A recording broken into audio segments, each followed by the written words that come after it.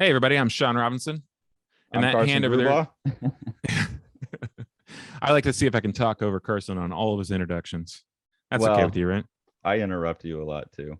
It's a weird thing. Like the cues aren't there in the same way on Zoom. Right. We're going to be talking about The Gigantic Beard That Was Evil by a UK cartoonist named Stephen Collins. And Carson, you sent this to me in the mail, and I was really intrigued by it. And I don't know how much, we've talked a little bit before how ignorant I am about European stuff. Um, uh, my ignorance perhaps led me to initially my initial bead on this stylistically. I went to Guy Delisle.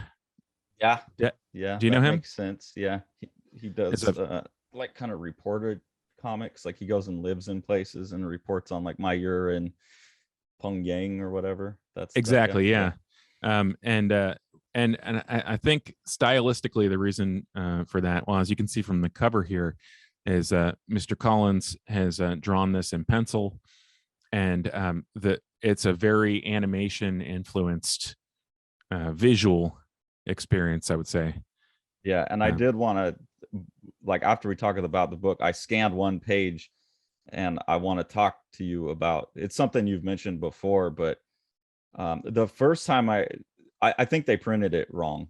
Honestly, the first time I read this, I bought a digital copy off Amazon. okay. Um, I'd seen some pages from it and I thought it looked interesting, and I thought it looked awesome on there. When I got the print version, I thought it looked a little weird and fuzzy, uh, Hmm. and because he uses a lot of cross hatching. But anyways, we'll leave that for the end of the video. Yeah. Um, Uh, does your copy have this beautiful off-white yeah, color it's to kind the of like a paper? cream color on the paper. Yeah. Yeah, that's an interesting choice right off the bat. I thought it was a very interesting thing because it's pencil artwork through the whole thing, and it's not. He doesn't go like super black except for on the panel borders and a few choice segments of the book. Well, and Um, there's a real damn good reason for that narratively too, right, that reinforcement of the borders. That's right, why I wanted to talk about this book. Is it is so smart. Like every artistic decision resonates and reinforces the content, right. and it just absolutely boggled me. How, and I, it's just like a nice general universal story about boundaries. Right. Um, So I like that as well. Just the overall message. What was your, before we flip through it, what was your overall reaction to the book?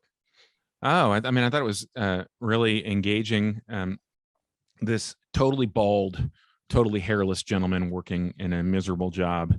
Um, Reminds me of my first few weeks, my only few weeks I've ever had in an office work, uh, which I could tell some stories about sometime.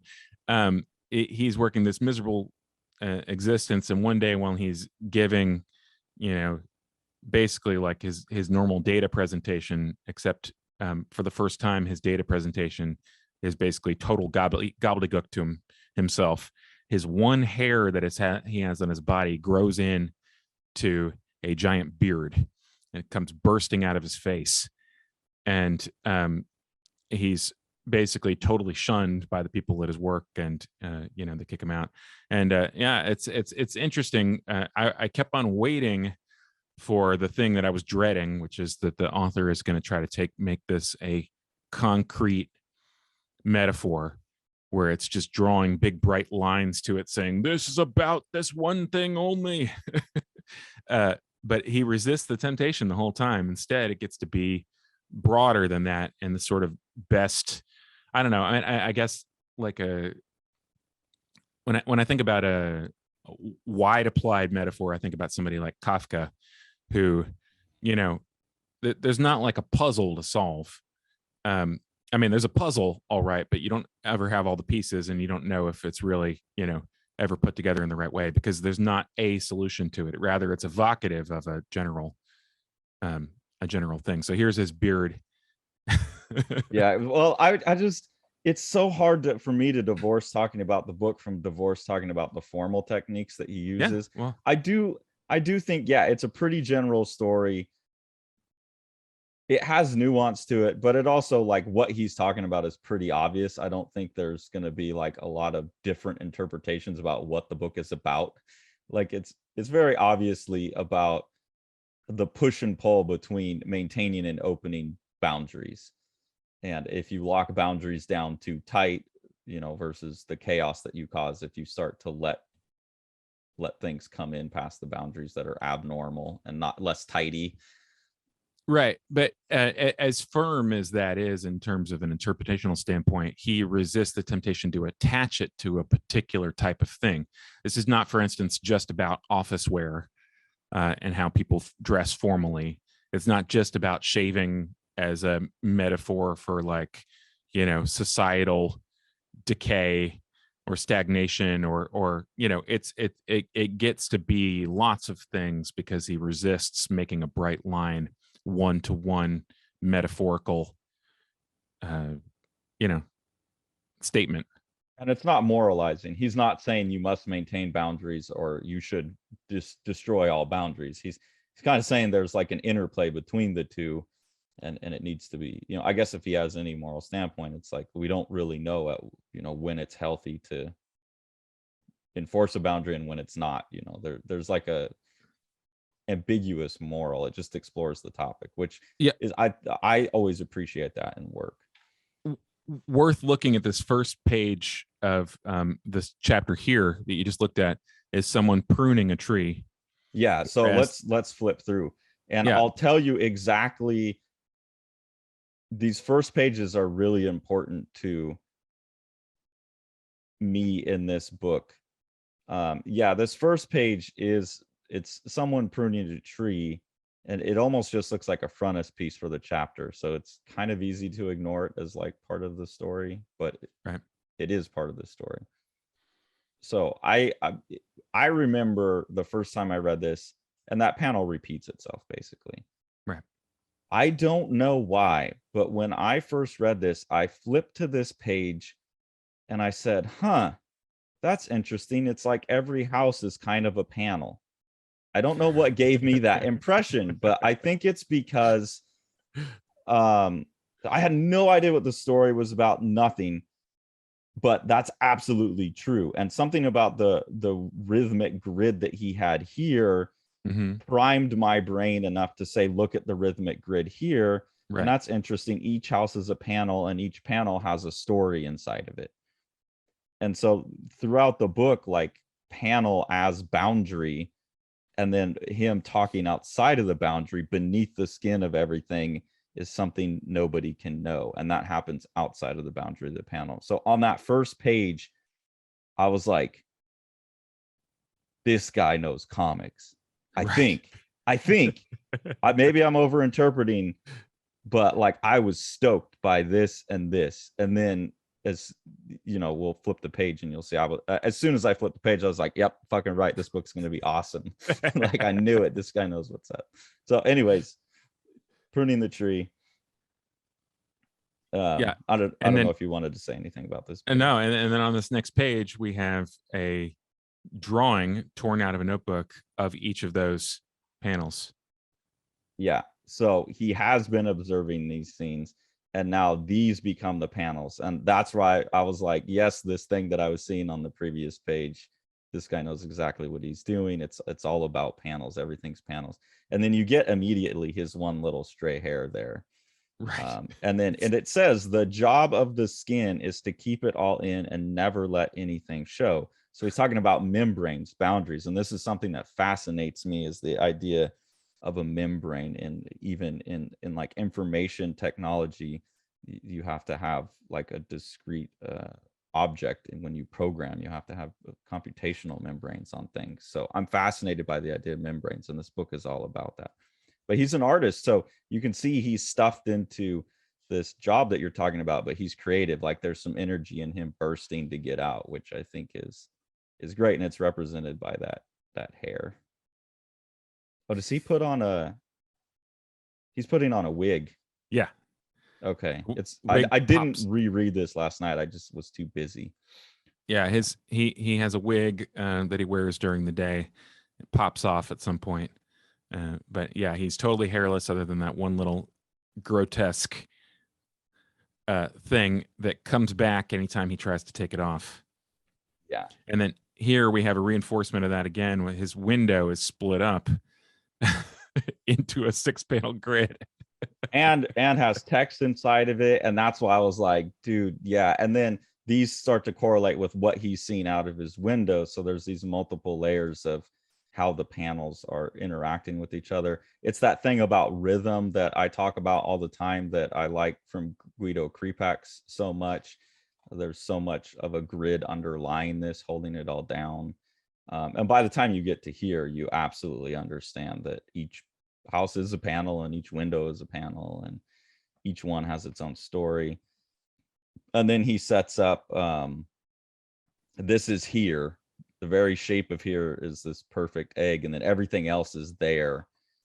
And where he puts the words inside or outside of the panel often has things to do, you know, with whether something's here or there. And this big, like, we don't know, this is the chaos outside of the boundary that we don't know, and it's scary, and we don't want to let it in because it could disrupt our society. And then this kind of panelist page, there was disorder, there was chaos, there was evil. Yeah, it's unbounded. This double page spread here of the disorder is unbound by panel demarcation. Yeah, the page binds it, but you know, you're in a book, right. So what are you gonna do? Which also reinforces it, though. It's like, even when you get side out of the boundaries, you're in another boundary. So for people who are constantly trying to break all boundaries, it's like, what are you? One of my favorite quotes is from a rap song. It says, if you think outside the box, you're trapped in one. You know, it's like, you can't, you're always bound by something. So it's a weird struggle to always get past boundaries. But then this is an amazing drawing here where, like, you know, this story about someone that went to there. Right. And fuck, that's a good drawing. And again, the rhythms, love that stuff. And then throughout the book, there's so much, this is like Chris Ware type of rhythms I really like, but there's so many instances of, like, here he is in front of his 8-panel grid again. Right. Here's like panels within panels, all the windows, all of the people on the buses, they're all partitioned off into windows. And then you get to work and he opens up windows and he's got panels within there containing all his charts and his data, and everything subdivided in that way. So he's talking in general about societal need, and visually talking about societal need for boundaries and boxes and categorization. And it's just also smart. Like this right here too, I love this. All of these people in the office are subdivided, so it's all, everyone's othered, you know, they're all in their separate panels. And then this moment that shatters it and brings them all together visually is so, like, boom, you know, they're all in the same room all of a sudden. It's genius cartooning and storytelling. This is where his hair shows up that you were talking about, right? Yeah. Well, no, this is an early demonstrate. This is an early his routine talk. Okay. This is his first doubting talk. Nice to notice I love the projector over the face there. Yeah, not only that one, but the one above that on the face. Something like that's really compelling to me. Like, we have this, like, very, very flat cartooning style that he's then rendering in the round by having the having his profit line cross over that guy's face on the second and third panel of the right hand side page. Well, that's a broken boundary too between the 2-dimensional and the 3-dimensional. Like the 2-dimensional then busts into 3D. So I think, like, every bit of that it's so intentional. Like this having the user value tits, it's like, you know, everything in here is so intentional, and it's so, every little bit is on topic and on theme. And the book is just chock full of it. And then he's established this grid so much that when things go off grid, it's very disruptive. So you get this, like, vertigo sense from these pages like this, everything could somehow just collapse, you know. And so, okay, we better reinforce the grid because that's scary. You know, the pattern of things, and then the pattern on the wallpaper, and then lining up again the window with the sketch, with him trapped inside of it, feeling trapped by it's just genius. And then here's Silhouette. Speaking of Silhouette, Yeah, there you go. plucking the hair. I really like that, where his office stuff. But yeah, eventually, so you get a sense of the story. The hair grows, and he starts being able to not maintain it, and it turns into the gigantic beard that was evil. Right. Spoiler alert, that's the title of the book. Yeah.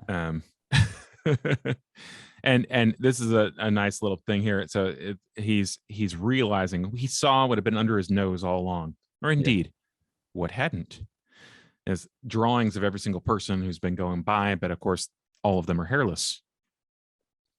And yeah, and he's starting to be the outsider to the society.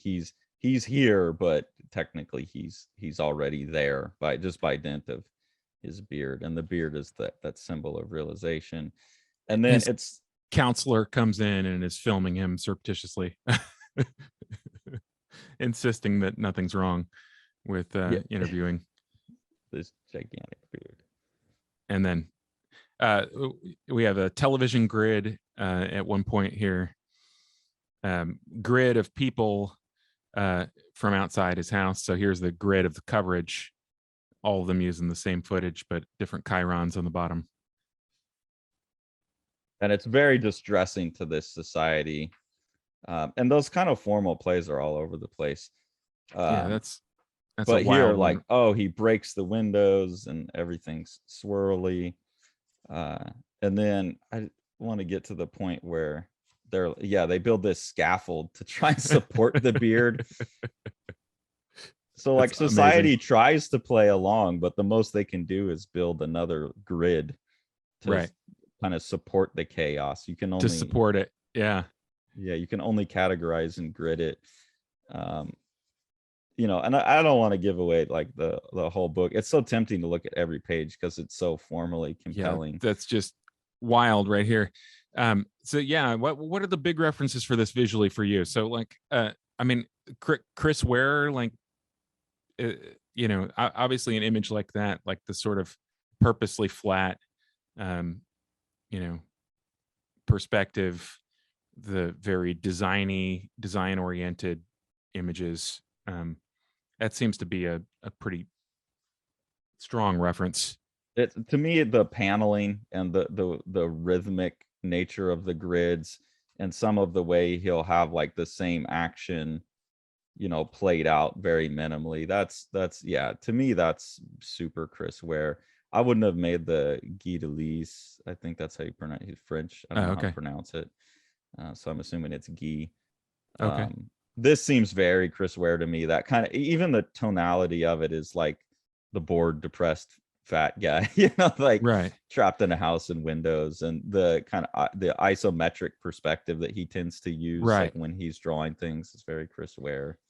Yeah, that's the isometric perspective. That's an interesting technique that it's funny that it's so underused that we default to thinking about it as a thing by one cartoonist.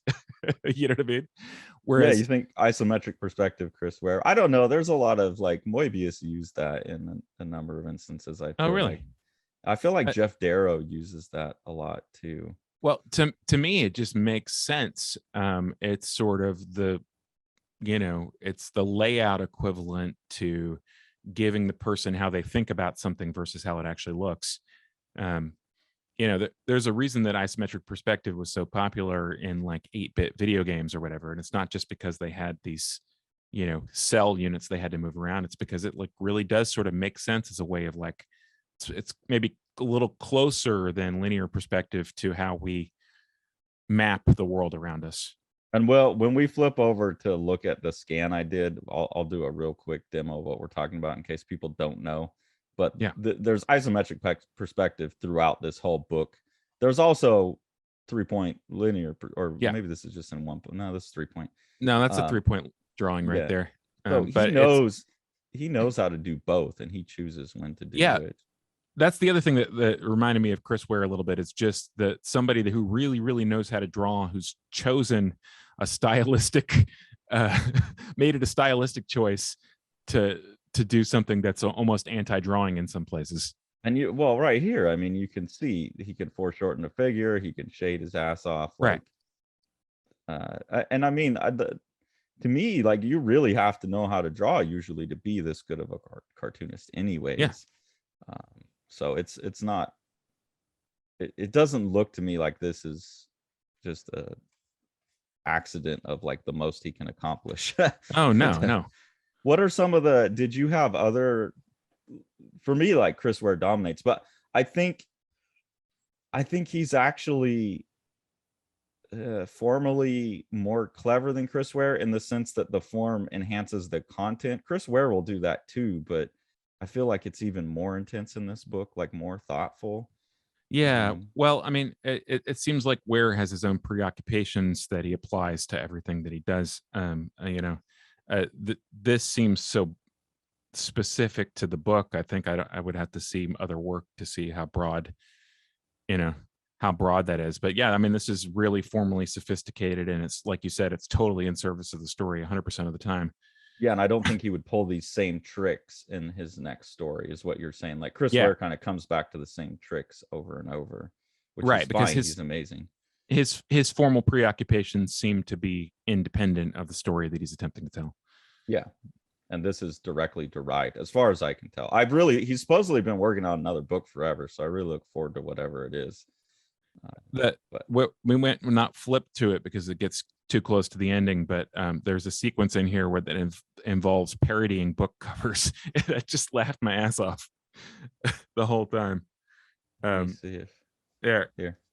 Yeah, here's the start of it, is a parody of some show posters or whatever. There. Let a bit of there into your day. Well, and even like signs on the street, so that those are all panels too, that he's thinking about. And product here, you're talking about this. Yeah, the year of the beard.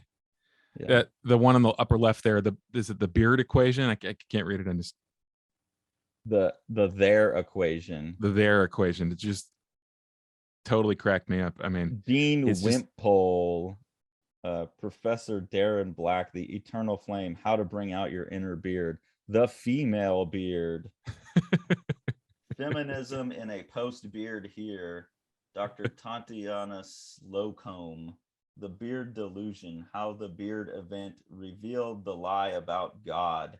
So it's like, it totally breaks their society in every way. Suburban evil, something's growing, now a major motion picture. Mess it up and start again, create a new you in 5 untidy steps. God's right next to the how this revealed the lie about God, there's right next to it the God messenger, divine meaning from the mess. So, yeah, it's perfect. It's to me, this is a perfect book. It's one of those rare, like it is so, every choice wraps back into what it's about, and that's so rare that it's done that well. And really quite the writing technique that he has, not just the pacing and the plotting and everything, but also I think it's fairly rare to see a cartoonist who is this visually sophisticated that also has a knack for narration, let's say. Like a turn of phrase, like to see that, like that thing where it was like to see what was always under your nose, right? And then that it is at least like within the story, at least like a triple interpretation, right? Yeah. And then that's comics, like to then sync that to the exact right image and then quadruple the meaning is even more sophisticated. So yeah, I don't know, did you see anyone but Chris Ware? You said Guy Delis. Yeah, no, I thought the Guy Delis was a pretty significant influence, but it's one of those things where there might be other artists who are missing links in there that, if we talked to Stephen Collins, he'd tell me to fuck off. He hates Guy Delis or something like that. You know? Yeah. I have no idea. The rendering style, I just got, and I did a review. We haven't posted it yet, but Sean Tan, The Arrival, and some of Sean Tan's other work is this comics that are made out of all pencil drawings. His is much more realistic, but that's another one in terms of the kind of David Lynch vibes that I get from the pencil rendering, the atmospheric. I think there's some of that in there to me. There's some like David Lynch, and that I associate with Sean Tan. One of the things that I wanted to mention, since Strange Death of Alex Raymond just came out, and I've been thinking a lot about book format, planning the books that are coming up in 2022 and 2023.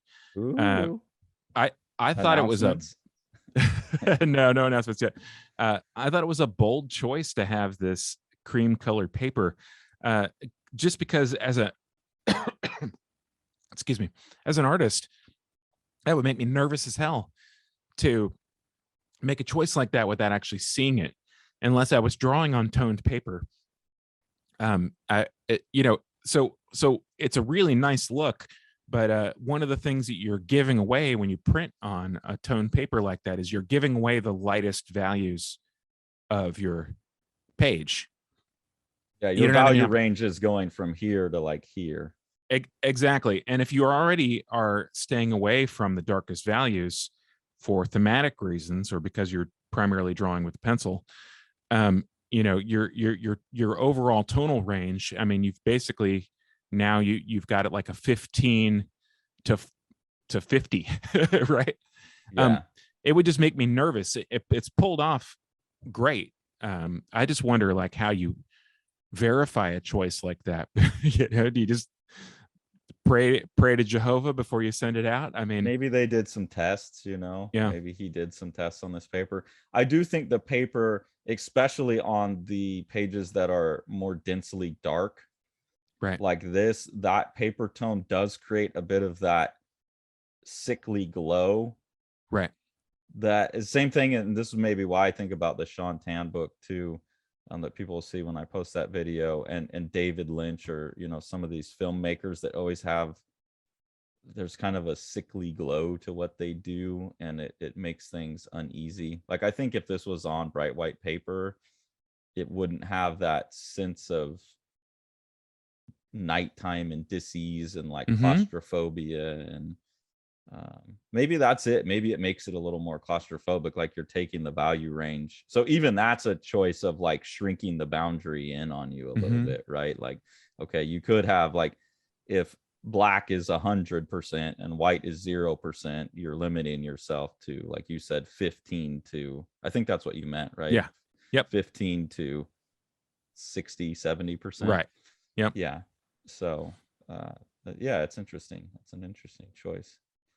I hadn't thought about that. I just was and I haven't, like I said, I really intended to reread the book this week, but it's just been a crazy week, so I didn't get to reread it and look at that too much. I just remember all the formal stuff. But that's another formalism, right? And it works with the book. So real quick, let's talking about print, just switch over. Yeah. Because I was, like I said, I first saw it digitally, and then I saw it. Why I've not been signed out? I'm still talking to you. Did you see that pop up on my screen? No. You can't see that. It says you have been signed out because you were signed in on another device.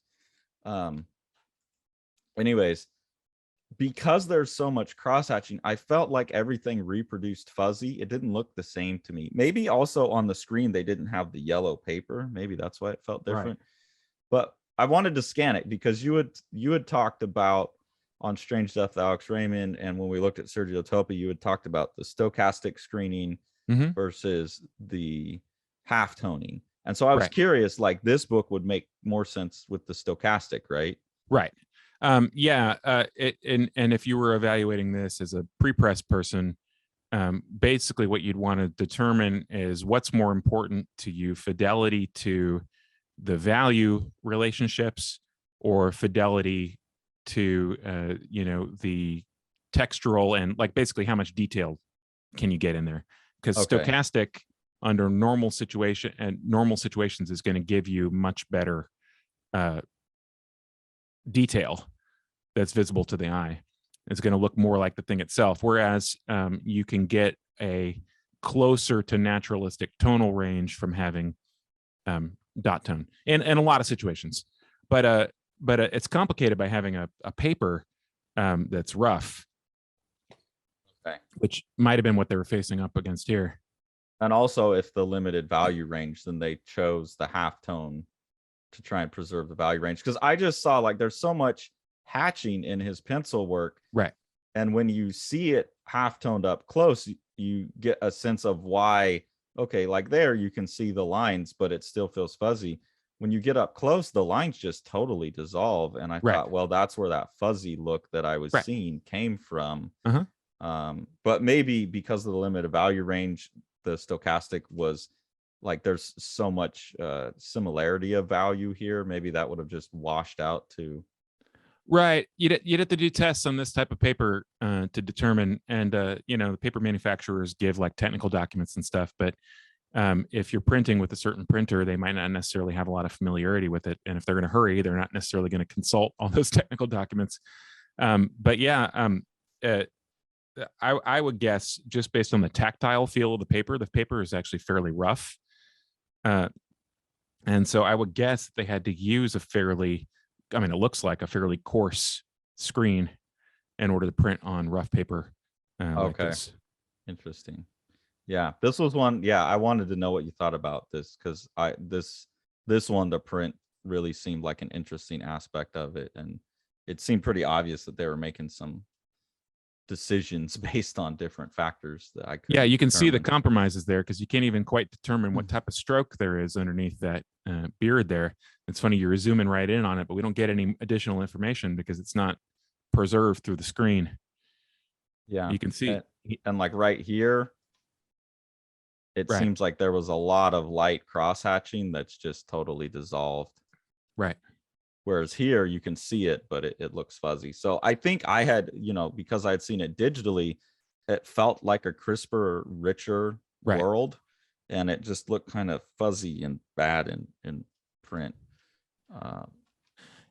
This is an interesting thing. If you are a self-publisher and you're a cartoonist, you're going to work with, you're going to print offset.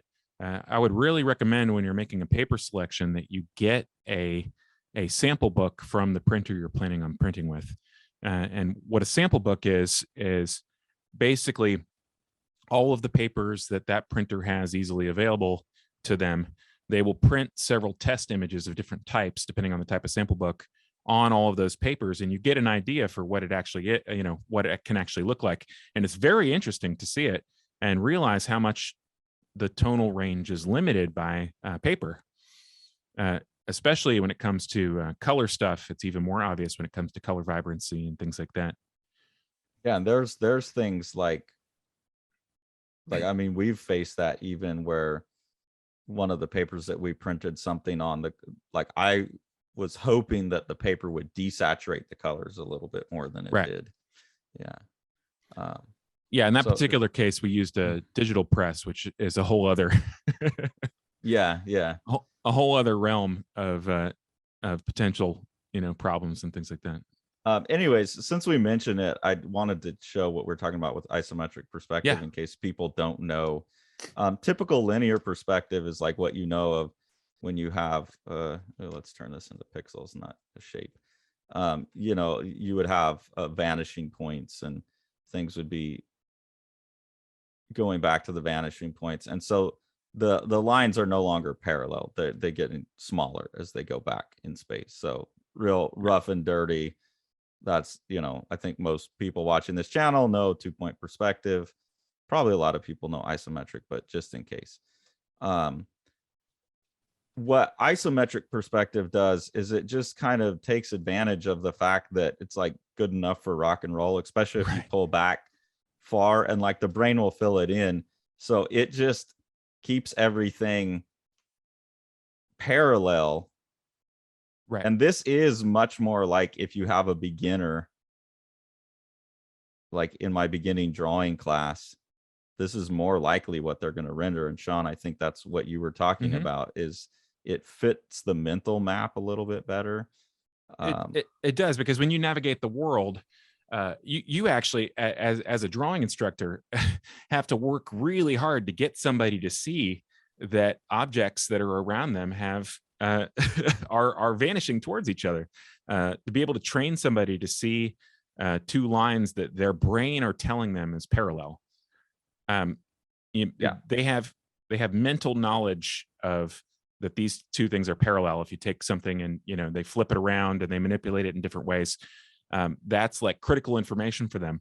But then to train them to actually see what the information that their eye is giving them without that interference from their knowledge of it is actually a very difficult task. Isometric perspective is actually much closer, in my opinion, to how people really think about the world, because as you navigate space, you learn those objects' relationships to each other, and you learn that object. You learn the way that object can be manipulated in the round and everything like that. It's actually very similar to local color versus affected color. What's the other word that I'm looking for? Color. Color. I know I'm blanking on it too, because you're asking me. If you ask somebody what color, like changing the lighting situation, people will still see red, even though the absolute like color, if you took a photograph and looked at it in Photoshop, is not red anymore because it's got a yellow light. Exactly. You would still identify an example of that. You would identify it as a red apple. You carry that red apple into different environments, and it doesn't necessarily look red anymore, but your brain is holding on to that quote unquote factual information about that absolute color versus the relative color that you get from being in different locations. Similarly, I have a really good example of that that I'll pull up. But yeah, while I'm poking around at my lectures. Similarly to that, when you are a person who's walking around in the world and manipulating things, you know what a right angle is, because a right angle has certain practical applications for you when you're like navigating a cart, down a hallway or something like that. So you're always aware of, oh, this is at a right angle to this. Oh, this is at a right angle to this. These two things are parallel. That's part of your conception of the world. But the linear perspective thing is almost like a subconscious analysis that you do. It doesn't fit with your conscious, information that you carry around, but an isometric version does.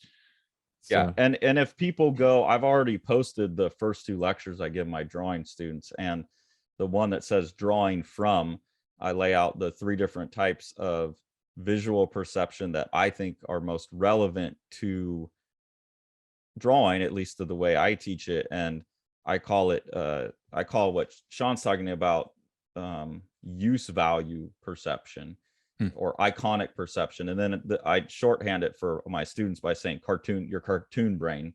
And what they're interacting with the world like is a series of icons that they want to use. And so the brain just records, like, a door is a rectangle with a circle. I want to get through the rectangle, so I grab the circle. They're not seeing all of the detail on the door. They're not thinking, and they can see the door from the side, but in their mind, they're still just seeing like door. How do I use door? Right. And then I talk about flat screen perception, which is more related to like these books that we're talking about. And then the embedded 3-dimensional perception, embodied perception. That's like the Betty Edwards stuff that we're talking about in the Division 1. That's like, how do you what's your system actually doing? What's it like to be a person in the world? And you juggle those 3 things. But yeah, iconic use value perception is the way that most people interact with the world. And I actually feel bad because to switch into the other 2, you're saying, let me teach you how to draw more realistically. Right. But really what you're doing is you're teaching them how to look at the world like it's broken. Yeah, and that's all comes from Heidegger. Let me teach you how to be schizophrenic. Yeah.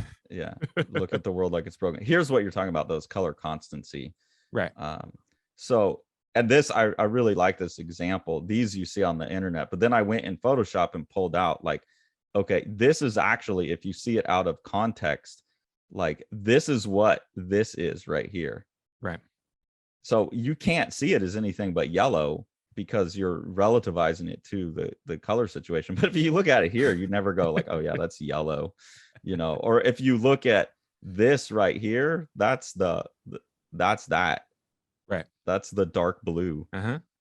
Which doesn't doesn't make any sense. And the more you train your color perception, the more you really do see those relative values. It's quite extreme. Yeah.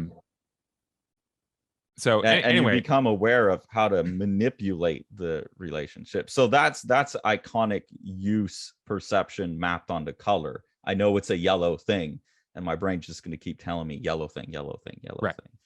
Exactly. So, and it overrides your sensory input.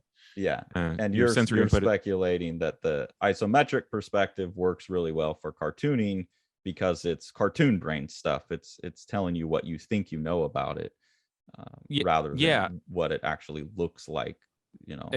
Exactly right. And I think those of us who grew up playing Nintendo, you know, NES games, 8-bit NES games, had that reinforced through our childhoods. Yeah, because you had those games where there was that one that like played with that illusion. You get a bunch of these and it starts flipping which is the top and which is the bottom. Exactly. And you can jump from one to the other. So yeah, he uses the isometric perspective. Chris Ware uses that a lot.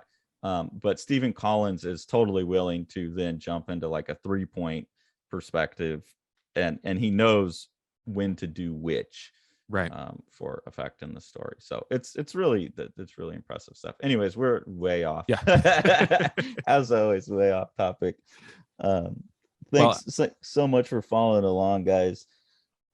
Yeah, and I hope you guys enjoy the book. I would definitely recommend that you pick it up, and you know, it's going to be one I'm going to be rereading a lot in the next couple weeks. So awesome, glad to hear it. All right, pick up a copy of Strange Death of Alex Raymond. You know, take a look at our Patreon, mash that subscribe button. If you want an OnlyFans, let me know. Might be able to accommodate you. I have a fireman suit in my closet over here. Wait, what's going on the Patreon now? I think I'm promising to dress up as a fireman if enough people will follow our comics talk on OnlyFans.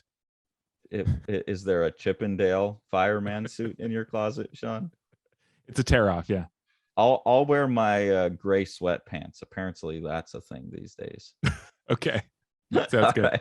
All right, thanks guys. Take it easy. You want to see all these books? Smash that subscribe button and the like button and the bell, and then you get them.